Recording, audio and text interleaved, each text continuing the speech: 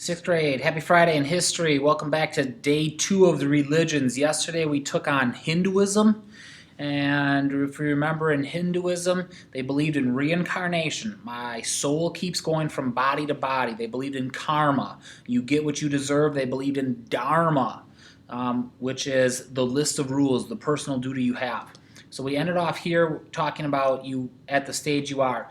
I'm going to pick up here, guys, where this kind of leads into what Buddhism believes. It says many Hindus today believe that a man should go through the 4 stages in life. Number 1, you're a student, so you're prepared on how to live in this world. Then 2, you become married. You accept worldly responsibility. Then you turn into a forest dweller, where you have retirement from the world. In other words, the world doesn't mean that much for me. I'm trying to get out of the world. And then finally, a wandering monk, which completely renounces the world. I don't need anything of this world. And we're going to see, guys, Buddhism believes in that too, and so does Jainism, the religion we'll take on next week when we finish up this section. Okay, a lot of blanks to fill in as we work through Buddhism. We'll talk about who Buddha is today, how he started, and then the major beliefs of Buddhism. Let's get going. It says, during the 500s, some Indians felt unhappy with the many ceremonies of the Hindu religion. They wanted a simpler, more spiritual faith. They left their homes and looked for peace in the hills and forests. So number 1, you got they're looking for peace. Many trained their minds to focus and think in positive ways. This training was called meditation. Some seekers developed new ideas and became religious teachers. So you can see the difference here, guys. Hinduism has a lot of ceremonies. In fact, some people said there's just too many. My life is too complicated trying to please all these gods, do all these dharma to try to get good karma. There's got to be an easier way. And so let's just slow down. One of these teachers was Siddhartha Gautama. He became known as Buddha. He founded a new religion called Buddhism. So Siddhartha became Buddha. He's obviously founded Buddhism. Buddha simply means, guys, the enlightened one. Okay, so I'm the one that the light switch went on. I now understand the meaning of life, and I want to try to teach you that as well. Today, Buddhism is one of the major world religions. Most Buddhists live in Southeast Asia. So Southeast Asia, guys, would be like down in China, Vietnam, places like that. East Asia would be Korea and Japan mainly. China too. Only a few live in India, which was where Buddha started. So Buddha comes out of himself, guys. Siddhartha here came out of India and then moved on. So what happens is you have both Hinduism and Buddhism. Hinduism is first. It becomes very popular in India. Then Buddhism gains popularity, but Buddhism goes from India over east to China, Japan, Korea, things like that. And Hinduism is still huge in India today. So Hinduism, we talked about yesterday, the 3rd largest religion. That's because India has almost 1 billion people in it, guys, okay? All right, let's learn about Sid. Siddhartha Gautama was born around 563 BC. The exact date of his birth is not known. He grew up as a prince in a small kingdom near the Himalayan mountains. Today, this area is in the southern Nepal. As a young man, Sid seemed to have everything. He was rich, handsome, happily married, and had a newborn son. Then one day he left his palace to explore the life of ordinary people in the kingdom. So you got his last name for number 4, and you got ordinary people for number 5. The story actually goes like this, guys. Here's the legend of him. His mom, when she was pregnant with him, had a dream. If he would stay in the palace, he would grow up to be a very powerful ruler. If he left the palace, he would grow up to be a very wise teacher. Well, his parents said, you know what, we want our kid to be a very powerful, wise king and ruler like he is. He's a prince right now. So they kept him in the palace, and guys, all he had was a charmed life. They didn't let him see anything bad. So the legend goes on that says one day he was out looking over the city gates, and he saw a sick man hobbling by, and he's like, I don't know what that is, because he was never allowed to see illness, death, poverty. He didn't see those things. And so then he sneaks out of the palace to figure out what's going on in this real world, because he said, hey, what else are my parents not telling me? And by so doing, fulfilled the dream. He left the palace, and he's going to become this great teacher. Okay, this book doesn't leave that out. But if you want extra credit for listening to my wonderful story, you write down, Sid's mom had a dream. I always just call him Sid, so I don't have to say his big name. Anyways, this is what happens as he goes to look at ordinary people in his kingdom. As he traveled, Siddhartha was shocked at the misery and poverty around him. He saw beggars, people who were sick, aged people with nowhere to live. And for the first time, he understood that the world was filled with suffering. He had never seen that, guys. Okay? Sid gave up all he had and became a monk. Saying goodbye to his wife and son, he began his journey to find the meaning of life. Number 6 in your notes. Dressed in a yellow robe, he traveled the country, stopping to meditate or to think deeply. As he preached his message to people, he gathered followers. His teachings became known as Buddha. The second story is this, guys. As he's traveling around, he sits down underneath a tree, and then he sees this monk walk by who seems to be happy even though he has nothing. And Buddha says, I want that life. And so he sits under this tree for like 59 straight days. And all of a sudden, boom, he becomes the enlightened one.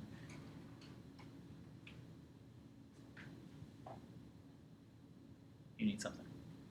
You have a plug-in charger? For this thing? I gave it back to you. I plugged it into your all-in. I need a second one. No, that's why I took yours. Sorry. Sorry, are you recording? Yeah.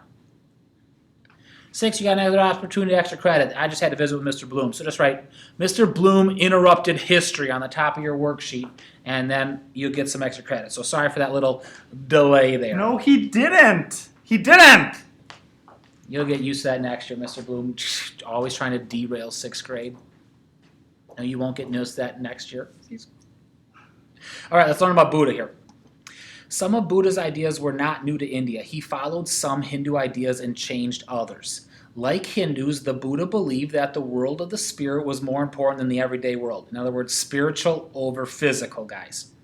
He felt that one reason people suffered in life was that they cared too much about the wrong things. These included fame, money, and personal possessions. Guys, you might think the same thing. Think how many people constantly chase popularity, they chase money, they chase having the most stuff, and because of that, they're miserable. If you want to be miserable, all you have to do is compare your life to other people. You know, it's like somebody's got more money, more friends, everybody's always more popular, right? It's kind of sad in the world out there today. So many young people look at these YouTube influencers, or pick your whatever social media you want, and like they have so great. And you know what the leading killer is among YouTube influencers? Suicide. Because they're constantly chasing the best, and they're constantly comparing themselves, and in the end, that's not what we want, guys. We want spiritual over the physical. Okay, wanting such things could fill people with bad emotions like greed or anger, but seeking spiritual truth, he believed, led to this inner peace. All right, so you got number 7, I think. They're suffering because they care too much about the wrong things. So here's what he did. Buddha taught his people to find 4 noble truths. These would help people seek the spiritual truth. So here are, in his mind, 4 truths for everybody. Life is full of suffering. You suffer because you want worldly things and are only trying to satisfy yourself. So if you want to stop suffering, then stop having these desires for worldly things. Sounds great. Buddha, how do I do that? The only way to stop desiring things is to follow this 8-fold path. So into my notes, I have my 4 noble truths. Life's full of suffering. I suffer because I want worldly things. The way to stop suffering is to stop desiring worldly things. The only way to do that is to follow the 8-fold path. So guys, I don't want you to think that Buddhism is 4 rules. It's 4 truths. And if you ask me, do I believe in these 4 truths? Absolutely. The Bible tells me the world is full of suffering. I know it's full of suffering. Why? Because I'm chasing physical things instead of spiritual things. Get your mind set on heaven, God says. If I want to be focused on spiritual, all I got to do is stop thinking about the physical. So guys, there's nothing wrong with these statements. Now let's figure out what the 8-fold path is. The Buddha's 4 truths say that people can end suffering by following these 8 steps. So here's the 8-fold path. The 8 steps you must follow to get rid of suffering. Know and understand those 4 noble truths. So I got to believe that I'm bringing the problems on myself because I want these things. 2, give up worldly things and don't harm other people. Okay, right? That sounds not easy at all. 3, tell the truth. Don't gossip and don't speak badly about others. 4, don't commit commit evil acts like killing, stealing, or living unclean life. 5, do rewarding work. Now guys, notice that rewarding work is work that you feel good. This would be like, I volunteer at a hospital. That's rewarding work. It's not about getting rewards like money. It's about feeling good on the inside for the work that you do. Now you can do anything and it can be rewarding, but a lot of people say, what do you want to do for a living? I want to make a lot of money. Well, that's not really rewarding work, because all you're doing is thinking about yourself. A lot of people, when they talk about rewarding work, are actually thinking about others. 6, work for the good and oppose evil. 7, make sure your mind keeps your senses under control. So train your mind that you don't do stupid things. 8, practice meditation to see the world in a new way. Slow yourself down. Now guys, if you look at that, you can say, don't harm others. That's the 5th commandment. Don't gossip. That's the 8th commandment. Don't kill. 5th, don't steal. 7th, don't live an unclean life. 6, I mean, these are all commandments right out of the Bible, guys. So you and I can agree with that without being Buddhists. Obviously, our Bible doesn't tell us we have to meditate. We don't have to do rewarding work, but I think even a lot of Christians would agree with this stuff in general, guys. When people were finally free from all earthly concern, they reached what we call in Buddhism nirvana. Okay, in Hinduism, that was that ultimate peace they were after, guys. You'll hear this term used in America today too. Nirvana is this great sense of mind, right? According to Buddhist teaching, did you get that nirvana over here for number 10? According to Buddhist teaching, nirvana is not a place, so don't think of it as heaven, guys. It is an emotional or spiritual state. It's a feeling of perfect peace and happiness. Buddhism spread because it welcomed people from all walks of life. He believed people's place in life did not depend on the varna into which they were born. The Buddha explained that successes of life, number 11 there, depended on people's behavior now. Like Hindus, the Buddha believed in reincarnation, but in a different way. He taught that people could end this cycle of rebirth by following the Eightfold Path rather than their Dharma. So he said, guys, you can do this at any time. Now, remember, the Dharma is your personal duty, guys, but the Hindu belief system would say, keep following these rules, you'll bump up a jati. Keep following those rules, you'll bump up. If you do that 1,000 times, you'll finally bump up to where you want. Buddha just said, man, follow that Eightfold Path and you can get to nirvana in this lifetime. So in my mind, the Buddha kind of created a faster way to get to ultimate peace. Many people accepted the Buddha's message, especially untouchables and Indians in lower jati, because for the first time these groups heard that they too could reach enlightenment. So Buddha's a genius as far as starting a religion that's going to gain followers. He said, I got a big, huge group of people in India right now that don't like Hinduism because it kicked them out of the caste system or makes them stuck at the bottom. Nah. Follow my religion, we'll get rid of that system. We're all in this together. We're all striving for the same thing. We all can reach enlightenment or nirvana. And so he became very popular that way, guys. So you got number 12, that the cycle of rebirth by following the Eightfold Path. And then you got many people accepted it, especially the untouchables and those in the lower levels. Here we go. For more than 40 years, the Buddha taught his ideas. After his death, his followers disagreed over the meaning of Buddha's ideas. Eventually, Buddhists divide into two groups. The next one in your notes. What we call Theravada Buddhists and the Mahayana Buddhists. Let's look at the difference between these two. Theravada means the teachings of the elders. Followers of Theravada view the Buddha as a great teacher, but not a god. Okay, so you got number, I think we're at 15 in your notes.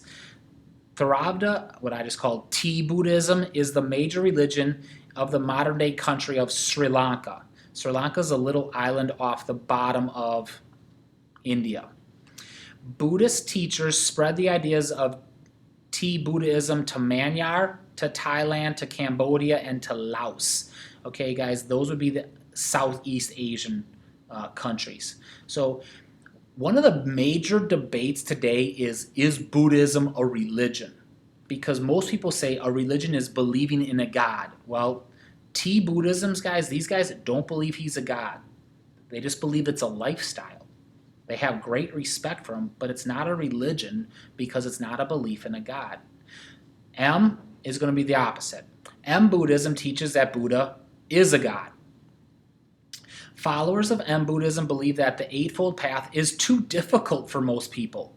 By worshiping the Buddha, people will go to a heaven after they die. So you got number 16 in your note. There they can follow the Eightfold Path and reach Nirvana. So the goal of both is to get to Nirvana, but M Buddhism said let's make it a little bit easier.